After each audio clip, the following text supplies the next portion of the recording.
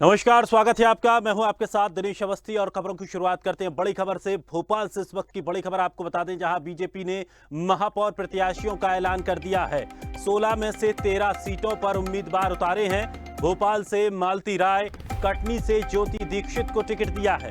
मुरैना से मीना जाटव, सागर से संगीता तिवारी को मेयर उम्मीदवार बनाया गया है। तो वहीं रीवा से प्रमोद व्यास, सतना से योगेश ताम्रकार को टिकट दिया है। सिंगरौली से चंद्र प्रकाश विश्वकर्मा, जबलपुर से जितेंद्र जामदार महापौर का उम्मीदवार बनाया गया है। तो छिंदवाड़ा से अनंत धुर्वे, खंडवा से अमृता यादव, बुरहानपुर से माधुरी पटेल, उज्जैन से मुकेश टटवाल, देवास से गीता यादव को उम्मीदवार बनाया गया है। तो वहीं आपसे बात करें, इंदौर ग्वालियर में अभी भी पेच फंसा हुआ है। 3 दिनों तक मंथन किया, उसके बाद ये नाम तय हो पाए हैं। हमारे सहयोगी विवेक राणा हमारे साथ बने हुए हैं। विवेक, आज नामों का ऐलान आखिरकार बीजेपी ने कर ही दिया है, क्या माहौल है?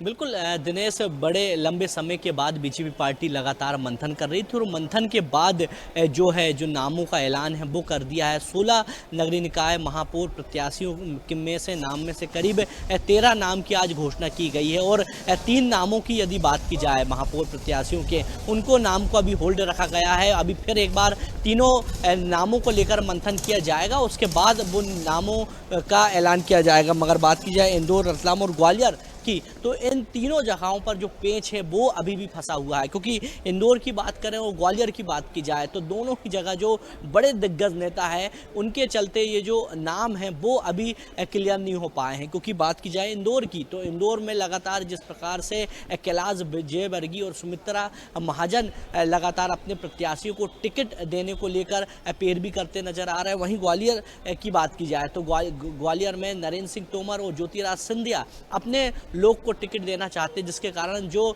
नाम का जो ऐलान है वो अभी बीजेपी पार्टी नहीं कर पाई। मगर यदि 13 महापौर प्रत्याशियों के नाम पर नजर डाले तो छिंदवाड़ा से जो प्रत्याशी हैं वो सरकारी ऑफिस में अधिकारी हैं, नगर निगम में नगर निगम आयुक्त है। आज वो इस्तीफा देंगे, उनके इस्तीफा को सरकार ने स्वीकार कर लिया। उसके बाद अब वो जो है महापौर जो पद है बीजेपी पार्टी की तरफ से उसके लिए उनको चुना गया है, तो वो फॉर्म भरते नजर आएंगे। और बात की जाए भोपाल से, तो भोपाल से मालती राय का जो नाम है वो सामने आया। क्योंकि मालती राय की बात की जाए तो लगातार मालती राय का जो नाम है वो लगातार सामने आ रहा था। लगातार स्वदेश न्यूज़ की टीम ने इसके पहले भी कई बार प्राथमिकता से खबर उठाई थी और बड़े नामों के साथ एक भोपाल का भी नाम का ऐलान किया था कि मालती राय को भोपाल से जो महापौर पद की टिकट है वो मिल सकती है बीजेपी से। और स्वदेश न्यूज़ की खबर पर असर भी हुआ है, मालती राय के नाम पर मोहर लगी है बीजेपी द्वारा। क्योंकि मालती राय की बात की जाए तो मालती राय पार्षद का चुनाव पहले लड़ चुकी हैं। साथ ही बात की जाए मंत्री विश्वास सारंग की बड़ी करीबी मानी जाती है, जिसके कारण मालती राय को भोपाल से टिकट दिया गया है। और बाकी प्रत्याशियों की बात की जाए तो मुरैना से मीना जाटव को दिया गया है, सागर से संगीता तिवारी को दिया गया है, रीवा से प्रमोद को दिया गया। सतना की बात की जाए तो सतना से योगेश ताम्रकार को दिया गया, सिंगरूर से चंद्र प्रताप को विश्वकर्मा को दिया गया, जबलपुर से जीतेंद्र को दिया गया, कटनी से ज्योति दीक्षित को दिया गया, छिंदवाड़ा से अनंत धुर्वे और भोपाल से मालती राय, खंडवा से अमृता यादव और बुरहानपुर से माधुरी पटेल, उज्जैन से मुकेश को दिया गया, देवास से गीता अग्रवाल को दिया गया। ऐसे तमाम जो नाम हैं वो कहीं ना कहीं सामने आ गए। मगर 3 अभी भी महापौर प्रत्याशियों की नाम की बात की जाए तो तीनों सीटों पर अभी भी पेच फंसा हुआ है, इंदौर, रतलाम और ग्वालियर। जी बिल्कुल पेच फंसा हुआ है, लेकिन सबसे बड़ी बात यह है कि अब पहले कांग्रेस ने अपने नामों का, प्रत्याशियों के नामों का ऐलान किया और आज बीजेपी ने कर दिया है। अब अगर भोपाल की बात करें तो भोपाल में क्या कुछ स्थिति देखने को मिल रही है? बीजेपी के प्रत्याशी और कांग्रेस के प्रत्याशी में कौन किस पर भारी पड़ सकता है?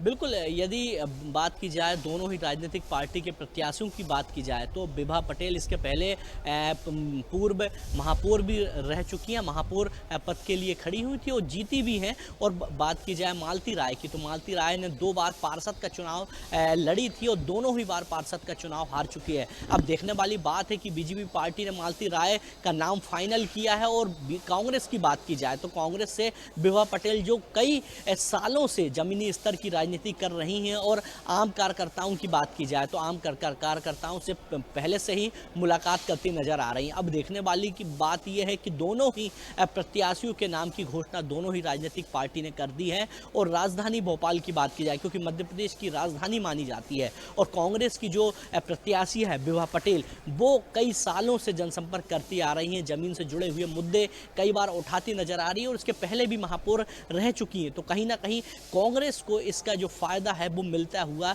दिखाई दे सकता है। मगर बीजेपी पार्टी की बात की जाए तो बीजेपी पार्टी से जो मालती राय है वो 2 बार पार्षद का चुनाव हार चुकी हैं। तो कहीं ना कहीं बीजेपी के लिए एक बड़ी चुनौती है और कांटे की टक्कर देखने वाली होगी, क्योंकि राजधानी भोपाल की जो सीट है बड़ी अहम मानी जाती है, और अहम सीट में मालती राय के ऊपर बीजेपी ने एक बार फिर दाव खेला। तो कहीं ना कहीं बीजेपी पार्टी के लिए जो मुश्किल है वो कहीं ना कहीं बढ़ गई। अब देखने वाली बात है कि बीजेपी पार्टी क्या रणनीति तय करती है जिससे मालती राय को भारी बहुमतों से जीत मिले। और साथ ही कांग्रेस प्रत्याशी की बात की जाए तो कांग्रेस प्रत्याशी विभा पटेल का नाम पहले से ही फाइनल हो चुका था और घोषणा भी हो चुकी है। जी चलिए, और भी हमारे मेहमान हमारे साथ जुड़ गए हैं। लगातार जिस तरह से एक बड़ा ऐलान आज बीजेपी की तरफ से किया गया है, 3 दिनों तक ये मंथन चला, मंथन के बाद प्रत्याशियों का ऐलान किया गया है।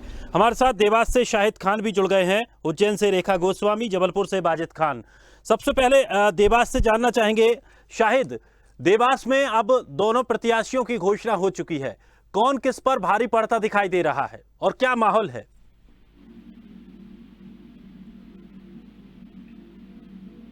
शाहिद, आप तक मेरी आवाज पहुंच रही है? चलिए साहिद से जुड़ेंगे, लेकिन उससे पहले हमारे साथ रेखा भी जुड़ चुकी हैं उज्जैन से। रेखा, उज्जैन को लेकर प्रत्याशियों की घोषणा हो चुकी है, अब क्या माहौल वहां पर बना हुआ है और कौन किस पर भारी पड़ता दिखाई दे रहा है? देखिए, हम बीजेपी की बात करें तो जो बीजेपी है प्रदेश के बीजेपी में जो अनुसूचित जाति के मोर्चा अध्यक्ष रहे हैं प्रदेश में, मुकेश चटवाल जी को यहाँ उज्जैन में टिकट दिया गया है। इससे पहले जो कांग्रेस है अपना प्रत्याशी पहले ही घोषित कर चुकी है। कांग्रेस ने अपना प्रत्याशी महेश परमार को चुना गया है। तो अगर देखा जाए तो जो मुकेश चटवाल जी है वो कांग्रेस के जो विधायक रहे हैं, वर्तमान विधायक है महेश परमार, उनकी कल्पना में कमजोर दिखाई दे रहे हैं। फिलहाल आगे नतीजे ही तय करेंगे कि क्या होना है, ये तो जनता ही डिपेंड करेगी, जनता के ऊपर ही डिपेंड करता है कि जनता जनार्दन है, वो सब जानती है। तो जनता किस करवट बैठती है ये तो आगे चुनाव ही बताएगा। बिल्कुल, ये बात तो साफ है कि जहां जनता का मन होगा तो वही तय करेगा कि क्या कुछ नतीजा निकल के आएगा। लेकिन अगर हम मुकेश चटवाल की बात करें तो इनका अगर राजनीतिक बैकग्राउंड देखें तो किस तरह का बैकग्राउंड इनका रहा है, कितनी मजबूती इनमें देखी गई है जिससे इनको टिकट दिया गया है?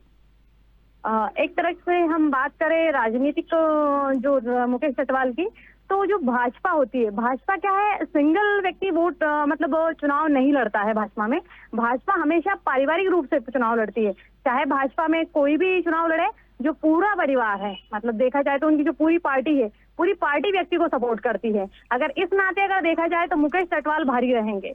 दूसरी तरफ हम कांग्रेस की बात करें, जो महेश परमार है, तो कांग्रेस में क्या है कि कांग्रेस टुकड़ों टुकड़ों में बटी हुई है। अगर देखा जाए तो जैसे कांग्रेस से महेश परमार उठे तो उनके ही प्रत्याशी उन्हें डुबोने के लिए तैयार बैठे हुए हैं। अगर दूसरी तरफ हम ऐसे अगर चेहरा देखा जाए तो महेश परमार ज्यादा स्ट्रांग है, जो मुकेश चटवाल जी है वो कमजोर है। पर अगर हम पार्टी और परिवार की एकजुटता को देखा जाए तो बीजेपी स्ट्रांग रहेगी। यानी कि अगर कार्यकर्ताओं को लेकर बात करें, संगठन को लेकर बात करें तो बीजेपी मजबूत स्थिति में है, लेकिन अगर चेहरे को लेकर बात करें तो कांग्रेस यहां पर भारी पड़ रही है। चलिए, अब आगे और क्या कुछ स्थिति बनेगी वो धीरे धीरे जैसे चुनावों का समय करीब आता जाएगा, स्थितियां और आंकड़े बदलते रहेंगे। जबलपुर से हमारे साथ बाजिद खान हमारे साथ जुड़ गए हैं। बाजिद, जबलपुर में भी आज बीजेपी ने अपना प्रत्याशी का ऐलान कर दिया है, कांग्रेस पहले ही अपना ऐलान कर चुकी है, क्या कुछ स्थिति वहां देखने को मिल रही है? ये सुप्रसिद्ध डॉक्टर है जितेंद्र जामदार, जो अस्तित्व रोग विशेषज्ञ है, और ये संघ के भी अच्छे कार्यकर्ता है, ये जमीनी स्तर पे जुड़े हुए हैं, और कहीं ना कहीं इस बार कांटे की टक्कर होगी। और दूसरी जो प्रत्याशी है जगत बहादुर अन्नू, ये नगर अध्यक्ष कांग्रेस के रह चुके हैं और अभी वर्तमान में भी हैं, और इनको दावेदार कांग्रेस ने इनको उतारा है महापौर के लिए। और बीजेपी कहीं ना कहीं 2-3 दिन से इनका नाम चल रहा था डॉक्टर जितेंद्र जामदार का, और आज फाइनल हुआ, महापौर की टिकट इनको मिली है। और ये सक्रिय कार्यकर्ता भी रह चुके हैं और वर्तमान में अभी ये सांसद के यहाँ पहुंचे हुए हैं मिठाई लेके। जी, लेकिन जिस तरह से देखा जा रहा था 3 दिनों तक ये चर्चाएं चली, उसकी वजह ये थी कि कई दावेदार थे और जो दावेदार हैं उनकी क्या कुछ प्रतिक्रिया रही, क्या किसी तरह की कोई वहां पर नाराजगी या ऐसा माहौल देखने को मिला है? जी, एक कमलेश अग्रवाल हैं जो MIC सदस्य भी रह चुके हैं, वो भी इस दावेदार की दौड़ में थे महापौर से बीजेपी की टिकट के, क्योंकि ऊपर से CM शिवराज सिंह चौहान ने ये जितेंद्र जामदार को ये जिम्मेदारी दी है और कहीं ना कहीं बीजेपी एकजुट है और कार्यकर्ता एकजुट हैं और यहाँ जश्न का माहौल है। जी, लेकिन अगर दावेदारों की बात करें हम, तो कौन किस पर भारी पड़ता दिखाई दे रहा है और क्या वो वजह हो सकती है? जी, जितेंद्र जामदार जो है वो कहीं ना कहीं बहुत सक्रिय कार्यकर्ता है और वर्तमान में उन्हें मंत्री का दर्जा भी दिया गया था और कहीं ना कहीं ये संघ से भी जुड़े हुए हैं, तो इनका बैक सपोर्ट बहुत ही मजबूत है और दावेदार भी ये बहुत मजबूत है। जी, और अगर कांग्रेस को लेकर बात करें तो कांग्रेस ने जो अपने प्रत्याशी अन्नू को उतारा है, उनकी क्या कुछ स्थिति है?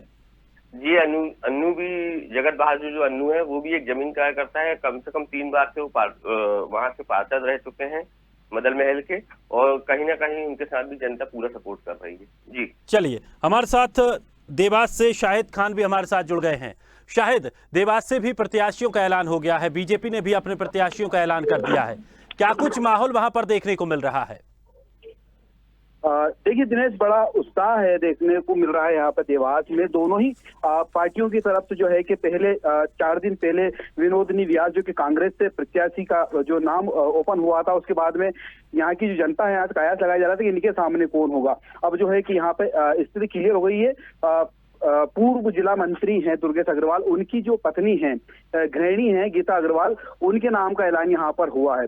तो देखने वाली बात होगी क्योंकि कांटे की टक्कर बिल्कुल यहाँ पे जो है कि मानी जा रही है, क्योंकि दोनों ही गृहिणी हैं और दोनों ही जो इनके जो पति हैं, दोनों ही एक जो सज्जन सिंह वर्मा के खास माने जाते हैं रमेश व्यास, उनकी पत्नी जो है कि कांग्रेस से है और दुर्गेश अग्रवाल जो कि भाजपा के महामंत्री रह चुके हैं प्रदेश में और पहले इसके खास माने जाते हैं इनकी पत्नी। तो कुल मिलाकर के दोनों के चेहरे साफ हो गए, नाम क्लियर हो गए हैं। तो अब जनता में भी जो है कि उत्साह देखने को मिला, दोनों ही पार्टियां भी जश्न के मूड में हैं और जो है कि जनता में तीखी प्रतिक्रिया आने लगी। कौन किस पर भारी है तो अब आने वाला ही बताएगा। दिनेश, चले, हमारे साथ मुरैना से अमन सक्सेना भी जुड़ गए हैं। अमन, मुरैना में भी प्रत्याशियों के ऐलान हो चुके हैं, दोनों पार्टियों ने अपने प्रत्याशियों के नाम घोषित कर दिए हैं, क्या कुछ माहौल वहां देखने को मिल रहा है?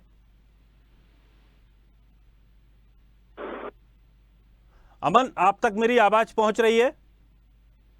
हाँ जी बिल्कुल दिनेश, आवाज पहुंच रही है और निश्चित तौर पर भारतीय जनता पार्टी का जो चेहरा है वो घोषित किया गया है। कहीं ना कहीं भारतीय जनता पार्टी इतने दिनों से इंतजार कर रही थी कि कांग्रेस और अन्य दल अपना, क्योंकि यहाँ पर अन्य दलों का भी एक अभाव रहता है राजनीति में, उनका प्रभाव रहता है। उसके बाद कहीं ना कहीं अब उन्होंने अपना कांग्रेस का प्रत्याशी होने के बाद अपने प्रत्याशी की घोषणा की है। तो कहीं ना कहीं अब भारतीय जनता पार्टी के जो पदाधिकारी है और कार्यकर्ता है वो पहले से एक्टिव तो थे चुनाव को लेकर, अब सरगर्मियां और बढ़ गई क्योंकि चुनावी माहौल पहले से तैयार था और अब टिकट प्रत्याशी का घोषणा होने के बाद आज से मुरैना का जो माहौल है वो बदल चुका है और अब जो भारतीय जनता पार्टी है उनका कहना है कि हम पूरी दमखम के साथ एक बार पुणे नगर निगम मुरैना पे अपना कब्जा काबिज रखेंगे। लेकिन अगर दोनों पार्टियों को देखा जाए तो मजबूती किसकी ज्यादा दिख रही है? क्या कांग्रेस मजबूत रहेगी या बीजेपी मजबूत रहने वाली है?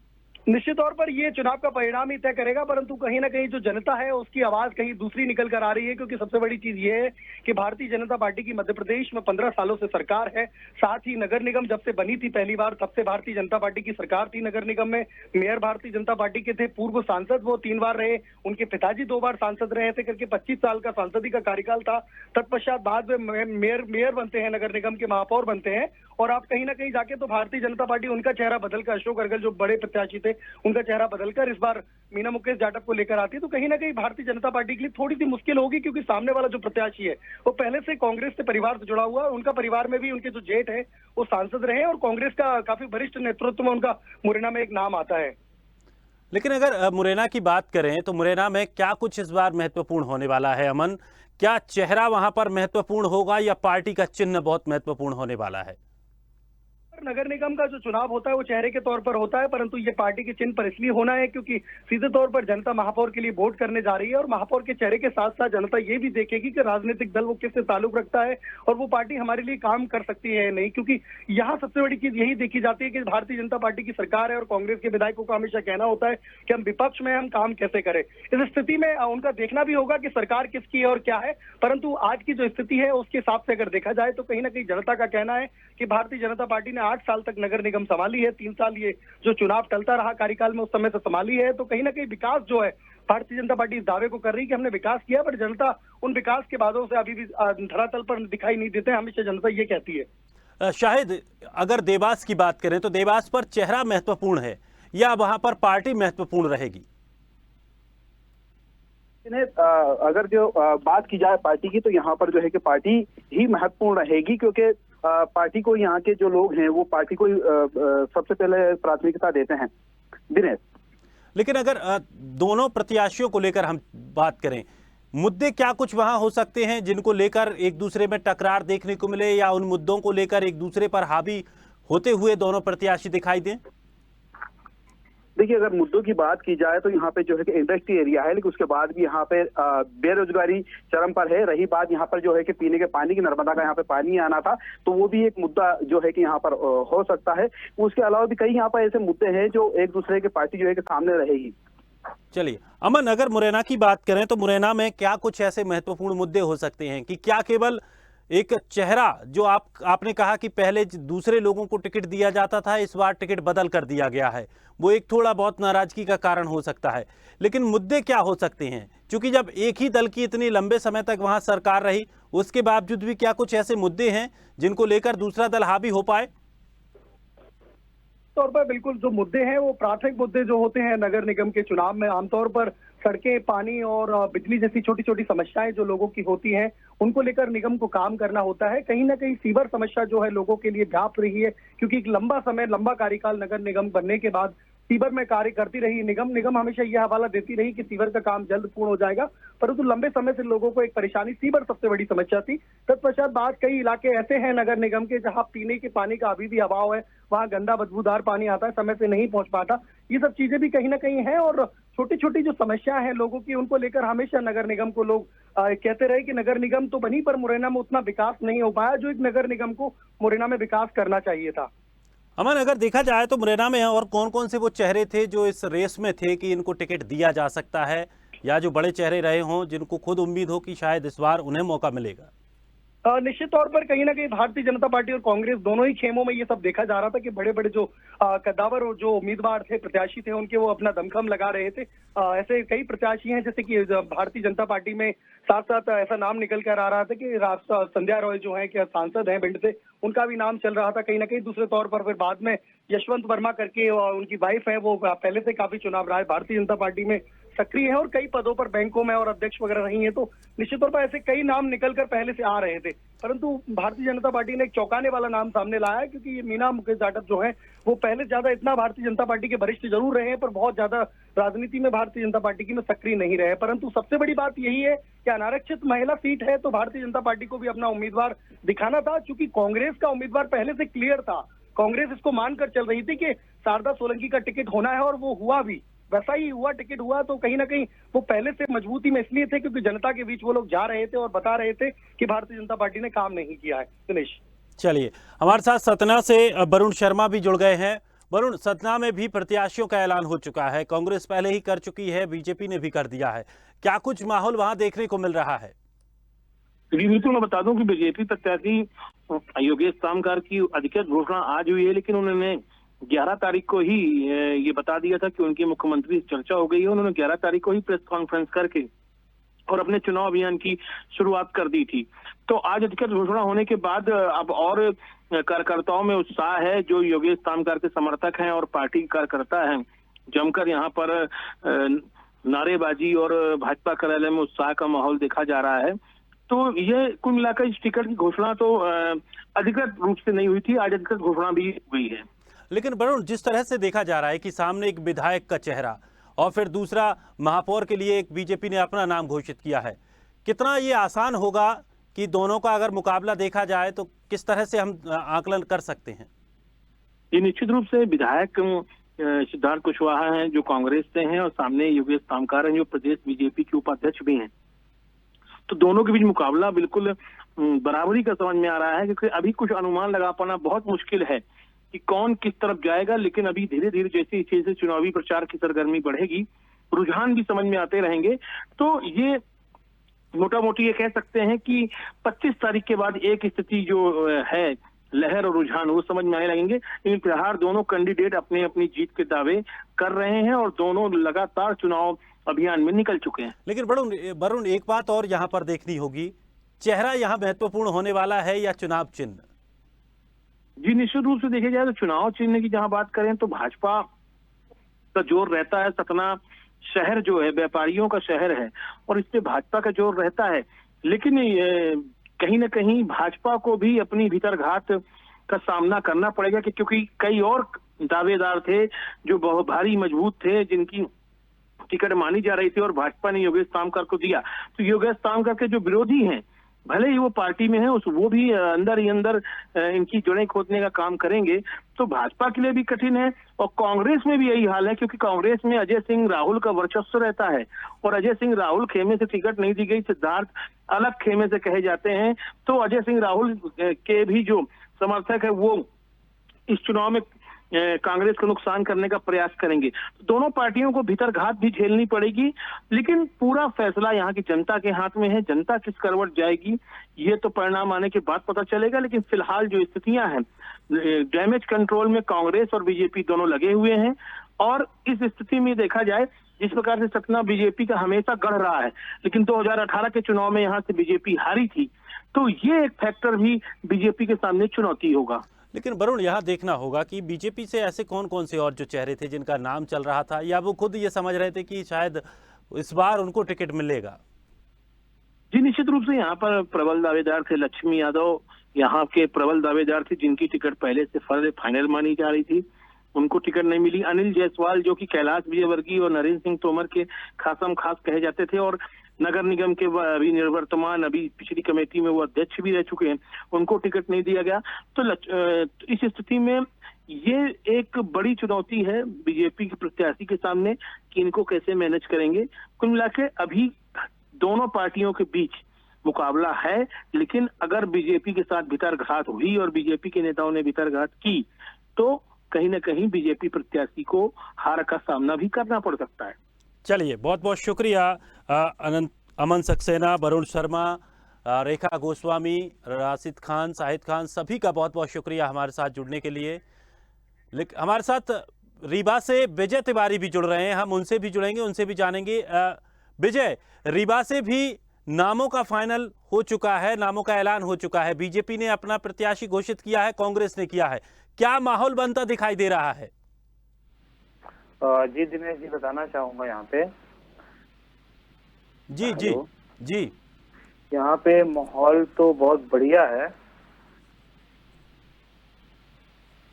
कांग्रेस की तरफ से भी और बीजेपी की तरफ से भी। अब देखना ये है आगे चल के कौन प्रत्याशी सामने आता है, गांव किसको, लेकिन कौन किस पे भारी दिखाई दे रहा है? क्या कांग्रेस बीजेपी दोनों में भारी कौन दिखाई दे रहा है? सर अभी कहना मुश्किल है, क्योंकि दोनों तरफ से। चलिए विजय, बहुत बहुत शुक्रिया हमारे साथ जुड़ने के लिए, सभी का बहुत बहुत शुक्रिया। तो आपको बता दें कि 16 में से 13 सीटों पर बीजेपी ने अपने उम्मीदवार उतार दिए हैं, जहां भोपाल से मालती राय, कटनी से ज्योति दीक्षित को टिकट दिया है। तो तमाम वो नामों की घोषणा हो गई है। अब मुकाबला जो है वो मैदान में देखा जाएगा, चूंकि अभी कांग्रेस ने अपने नामों का ऐलान किया था, तो अब बीजेपी ने भी अपने प्रत्याशियों के नामों का ऐलान कर दिया है और अब चुनावी मैदान में दोनों उतर चुके हैं। देखना यह होगा कि कौन किस पर भारी पड़ने वाला है और जनता का रुख किस तरफ जाने वाला है। फिलहाल इस खास बुलेटिन में इतना ही। ताजा तरीन खबरों के लिए आप बने रहिए स्वदेश के साथ, सबसे पहले देश।